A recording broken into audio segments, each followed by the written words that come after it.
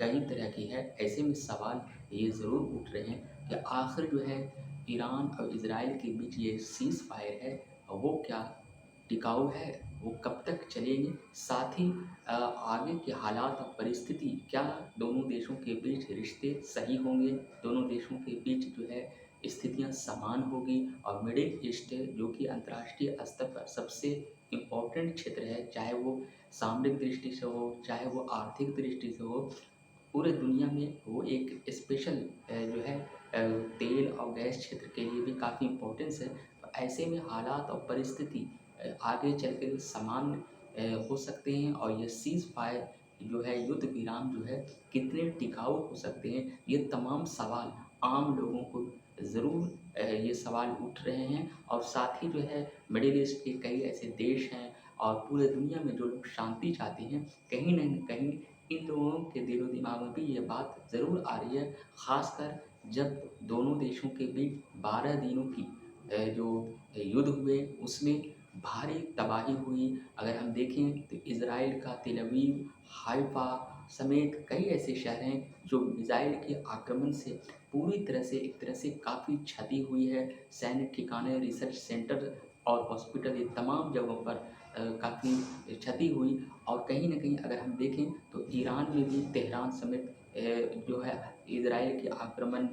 जो हुए उसमें भी जो है 400 से ज़्यादा लोगों के मारे जाने की खबरें हुई मीडिया के आधार पर और बर्बादी जो है कि बहुत ही ज़्यादा अगर देखा जाए तो दोनों देशों के बीच हुआ। उससे लोग जो है ये ज़रूर सवाल कर रहे हैं कि आगे चल के कब दोनों देशों के बीच सार्थक पॉज़िटिव बातचीत हो सकती है और कब तनाव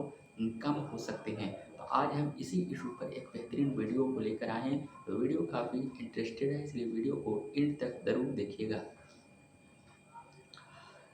मिडिल ईस्ट है जिसका महत्व तो शुरू से ही रहा है और अगर हम देखें तो 80 के दशक से ही मिडिल ईस्ट में उथल-पुथल काफ़ी ज़्यादा रहे। 2 देशों के बीच कई बार युद्ध भी हुए और कई देशों के साथ जो है ख़ासकर जो है गल्फ़ कंट्री के कई देश हैं जहाँ स्पेशली तनाव रहे और कहीं न कहीं इसका असर जो है पूरे दुनिया पर पड़ा। चाहे अगर हम बात करें 1980-90 के दशक में 1991 में जब गल्फ़ वार हुए, जिसमें इराक और अमेरिका के बीच जब युद्ध हुए, तो कहीं न कहीं देखा जाए तो उस दौर में भी पेट्रोल और कच्चे तेलों के दामों में काफ़ी जो है इज़ाफ़ा हुआ था और लोग जो है शांति के लिए चाह रहे थे। तो ऐसे में ये सवाल ज़रूर उठता है कि जब मिडिल ईस्ट में कोई राजनीतिक उथल-पुथल होती है और युद्ध के बादल मंडराते हैं, तो उसका सीधा असर जो है अर्थव्यवस्था पर पड़ता है। क्योंकि आप लोग भी जानते ही हैं कि पेट्रोल और कच्चे तेलों के दाम ये जो लगातार इन्फ्लेशन होते हैं, बढ़ते हैं, महँगाई का जो उस पर असर पड़ता है यानी अर्थव्यवस्था के लिए ये पेट्रोल और कच्चे तेल सबसे इम्पोर्टेंट हैं और कहीं न कहीं अगर युद्ध के बादल मंडराते हैं, तो उसका सीधा असर जो है मार्केटों पर तो पड़ता ही है, साथ ही जो है शेयर मार्केट और अर्थव्यवस्था तमाम चीज़ों इससे जो है काफ़ी ज़्यादा बर्बाद होते हैं। ऐसे में 12 दिन के जो ईरान और इज़राइल के बीच युद्ध हुए, स्पेशली जो है ईरान पर ये आरोप लगाया है कि उसने जो है परमाणु कार्यक्रम को जो चालू रखा है, कहीं न कहीं उससे अशांति जो है मिडिल ईस्ट में हो सकती है और कहीं न कहीं वो एटम बम बनाने के जो है स्पेशली उसी के लिए जो है ये परमाणु कार्यक्रम को बना रखा है, ये आरोप लगाए थे और इज़राइल नहीं चाहता है कि ईरान जो है एटॉमिक शक्तिशाली देश बने क्योंकि उससे उसे एक तरह के खतरा है और मिडिल ईस्ट में खतरा है। जबकि ईरान का कहना है कि उसका परमाणु कार्यक्रम वो शांति के लिए है और दूसरे कई कार्यक्रम चाहे ऊर्जा और बिजली ये तमाम चीज़ों के लिए है। तो इसी आरोप और तनाव के बीच में जब पहली बार अचानक जो है इज़राइल ने ईरान पर आक्रमण कर दिया, तो कहीं न कहीं उसकी संप्रभुता और उसकी अखंडता पर आँच हुई और अंतर्राष्ट्रीय ख़ासकर हम यूएनओ के चार्टर एक्ट के हिसाब से देखें, तो ये एक तरह से वायलेशन था, उल्लंघन था और कहीं न कहीं अंतर्राष्ट्रीय स्तर पर भी लोगों ने ये इससे चिंता व्यक्त की और इसे जो है सही एक तरह से नहीं माना। उसके बाद से जिस तरह से पलटवार करके ईरान ने इज़राइल पर जो है कई तरह के हाइपरसोनिक मिसाइल हो या फिर जो है कई तरह के जो उसके जो अलग-अलग मिसाइल थे, उससे जिस तरह से इज़राइल में आक्रमण किए गए, तो कहीं न कहीं पूरे दुनिया में यह भी एक संदेश गया, यह भी लोग देखें कि जिस तरह से इज़राइल का ये दावा था, उसका आयरन डोम जो है, वो काफ़ी मज़बूत है। और किसी भी मिसाइल को वो हवाओं में मार गिराएगा और वो सुरक्षित रहेगा। परंतु अरब लेकिन अगर हम देखें तो इज़राइल और ईरान के बीच इस युद्ध में इज़राइल का आयरन डोम भी यानी एयर डिफेंस सिस्टम भी एक तरह से नाकाम हुआ और भारी तबाही इज़राइल में हुई। ऐसे में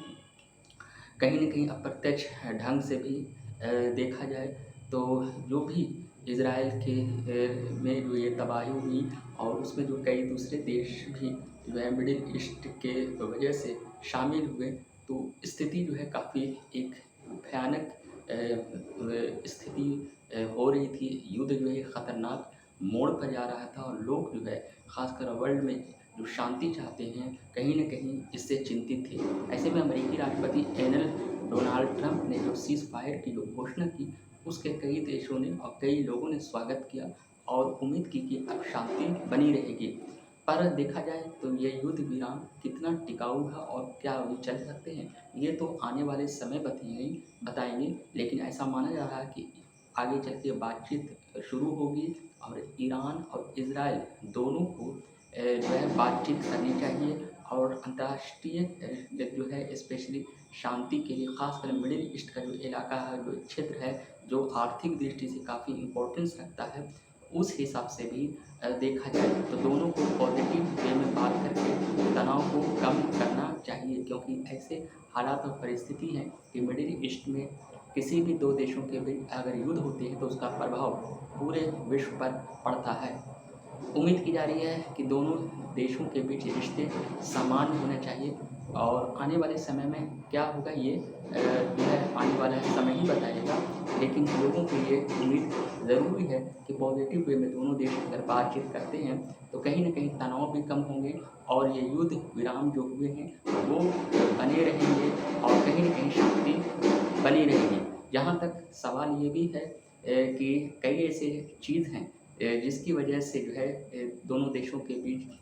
जो है तनाव के बाद युद्ध हुए, तो कहीं न कहीं तनाव जो है आगे चल के भी बढ़ सकते हैं और जो है इसमें जो है परमाणु कार्यक्रम है, अगर ईरान अपना परमाणु कार्यक्रम को फिर जारी रखता है, तो कहीं न कहीं इससे एक तरह से जो है इज़राइल द्वारा जो है एक तरह से तनाव बढ़ने की संभावनाएँ हो सकती है। हालाँकि ईरान का मानना है कि उसका कार्यक्रम जो है शांति के लिए है और जो है दूसरे विकास के लिए शांति के लिए उसका ये प्रोग्राम उसका जो है ये जो है वो अपनी शांति के लिए वो इस कार्यक्रम को जारी रखता है। बहरहाल जो कुछ भी हो अगर परमाणु कार्यक्रम को वो आगे चालू रखता है तो इससे जो है इज़राइल के बीच तनाव बढ़ सकते हैं। दूसरी चीज़ ये भी है कि मिडिल ईस्ट में स्पेशली अगर हम बात करें तो छोटे-छोटे जो प्रॉक्सी कॉन्फ्लिक्ट है, उसकी भी संभावनाएँ अगर बढ़ जाती है, तो उससे भी ईरान और इज़राइल के बीच तनाव एक बार फिर बढ़ सकते हैं। क्योंकि अगर देखा जाए तो कई ऐसे गुट हैं, चाहे वो हम लेबनान की बात करें, जहाँ जो है हिज़्बुल्लाह हैं या फिर यमन में हूती हैं, तो ये तमाम जो एक गुट हैं, वो अपने उद्देश्य के लिए अगर समय-समय पर लड़ते हैं या फिर अपने जिस उद्देश्य के लिए, तो उससे भी जो है अशांति और उथल-पुथल वाली भावनाएँ होती हैं और उससे जो है एक तरह से देखा जाए तो उससे तनाव बढ़ते हैं। हालाँकि इज़राइल ने जो है छोटे-छोटे जो प्रॉक्सी कॉन्फ्लिक्ट करते हैं तो उस पर भी वो आक्रमण जो है इज़राइल कई बार कर चुका है। ऐसे में ख़तरा और संभावनाएँ इन तमाम मुद्दों की वजह से हो जाती है कि कहीं फिर वैसा तनाव ना बढ़ जाए और तनाव अगर बढ़ता है तो उससे कहीं न कहीं सीज़ फायर पर भी खतरे मंडराने लगते हैं। दूसरी चीज़ ये भी है कि ईरान को भी जो है एक ख़तरा भी है कि जो है अचानक जो है इज़राइल ने उस पर आक्रमण कर दिया, तो कहीं न कहीं आगे चलकर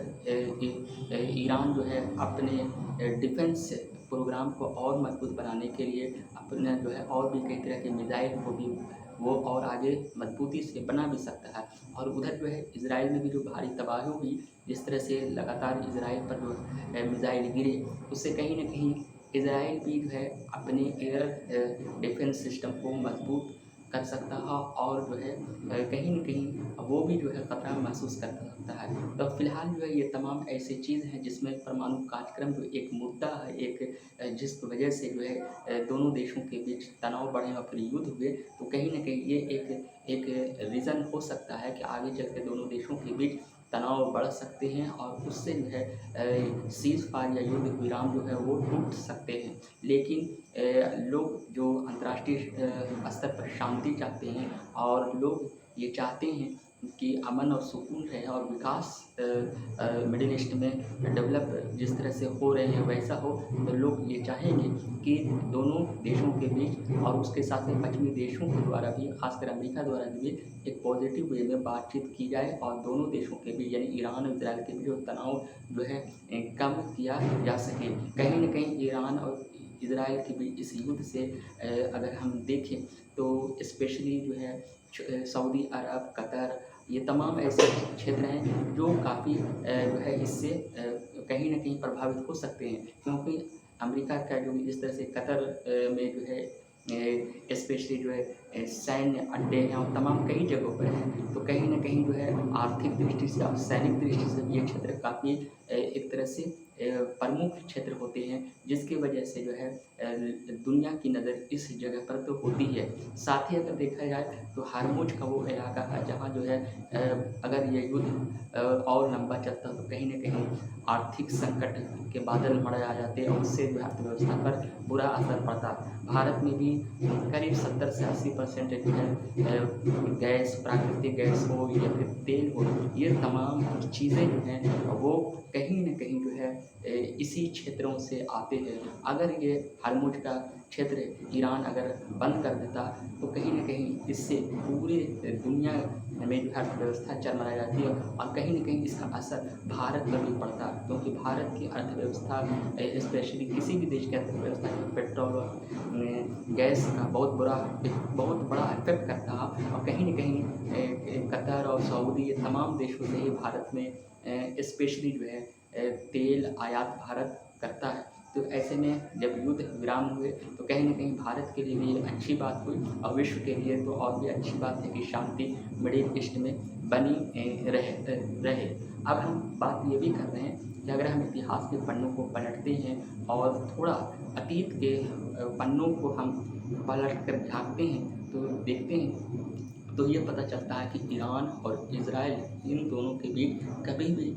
पिछले 10-20 सालों में डायरेक्ट युद्ध नहीं हुए थे। ये पहला ऐसा मौका था जब इज़राइल और ईरान के बीच डायरेक्ट युद्ध हुए, 12 दिन तक युद्ध चले और कहीं न कहीं पहली बार इज़राइल की राजधानी तेल अवीव और हाइफा जैसे बड़े-बड़े शहरों में भारी तबाही देखने को मिली। ऐसा लगा कि जिस तरह से गाज़ा में तबाही हुई, वहाँ कई लोग मारे गए और जिस तरह से इज़राइल वहाँ पर आक्रमण किया, तो फ़िलहाल इस युद्ध के बाद से इज़राइल में भी जो भारी तबाही हुई, ये तबाही भी एक तरह से ऐतिहासिक दृष्टि से भी देखें तो पहली बार इतनी तबाही इज़राइल को झेलनी पड़ी। और अगर हम 10-20 साल पहले की बात हम करें तो कभी भी ईरान और इज़राइल के बीच जो है डायरेक्ट युद्ध नहीं हुए थे, लेकिन तनाव जैसी स्थितियाँ कई बार हुई। कई बार जो है अरब और इज़राइल के बीच तनाव बढ़े। अगर हम देखें तो 1979 में स्पेशली जब ईरान में जो है इस्लामी क्रांति आई और स्पेशली जो है ख़ासकर खुमैनी साहब के उस दौर में, तो उसके बाद से अगर देखा जाए तो इज़राइल और ईरान के बीच जो है एक तरह से तनाव बने रहे, क्योंकि अलग-अलग धर्म, अलग-अलग पहचान और संस्कृति ये तो चीज़ है ही, साथ ही जो है मिडिल ईस्ट का वो जो क्षेत्र है वो अंतर्राष्ट्रीय स्तर पर भी जो है एक सैन्य दृष्टि से और कहीं न कहीं जो है आर्थिक दृष्टि से भी इम्पोर्टेंस है। तो उससे जो है पश्चिमी देशों की नज़र भी उस क्षेत्र पर होती है और कहीं न कहीं मिडिल ईस्ट में जो उथल-पुथल और अशांति बढ़ती है, तो इसका असर जो है पूरे दुनिया पर पड़ता है। तो इन तमाम चीज़ों के बाद लोगों के दिलो दिमाग में ये सवाल ज़रूर उठ रहे हैं कि आखिर सीज़ फायर युद्ध विराम तो हो चुके हैं, पर ये युद्ध विराम कितना टिकाऊ हो सकते हैं, कितना जो है मजबूती से रह सकते हैं, ये तो समय ही बताएगा। लेकिन ये ज़रूरी है कि अगर ईरान और इज़राइल पॉज़िटिव वे में बात करते हैं, चाहे ये जो स्पेशली ये जो जिस वजह से ये युद्ध हुआ, तो कहीं न कहीं अगर पॉज़िटिव सकारात्मक दोनों देशों में बातचीत होती है, तो कहीं न कहीं इससे जो है तनाव कम हो सकते हैं। दोनों के बीच जो है रिश्ते एक तरह से समान हो सकते हैं, जो कहीं न कहीं मिडल ईस्ट के लिए ज़रूरी भी है। ऐसे में सीज़ फायर युद्ध विराम के बाद एलन डोनाल्ड ट्रंप जो है अमेरिकी राष्ट्रपति ने यह ज़रूर कहा कि आगे चल के बातचीत का दायरा शुरू किया जाएगा, और यह भी ज़रूरी है कि अगर बातचीत शुरू होती है और दोनों देशों के बीच तनाव कम होते हैं, तो फिर जो है एक बेहतर रिश्ते भी बन सकते हैं और युद्ध विराम जो है वो उसकी मजबूती रह सकती है, और किसी भी तरह का जो है दोबारा युद्ध नहीं होना चाहिए। ये तमाम अंतर्राष्ट्रीय स्तर पर हर लोग जो शांति के परिधर हैं वो यही चाहते हैं। शुक्रिया।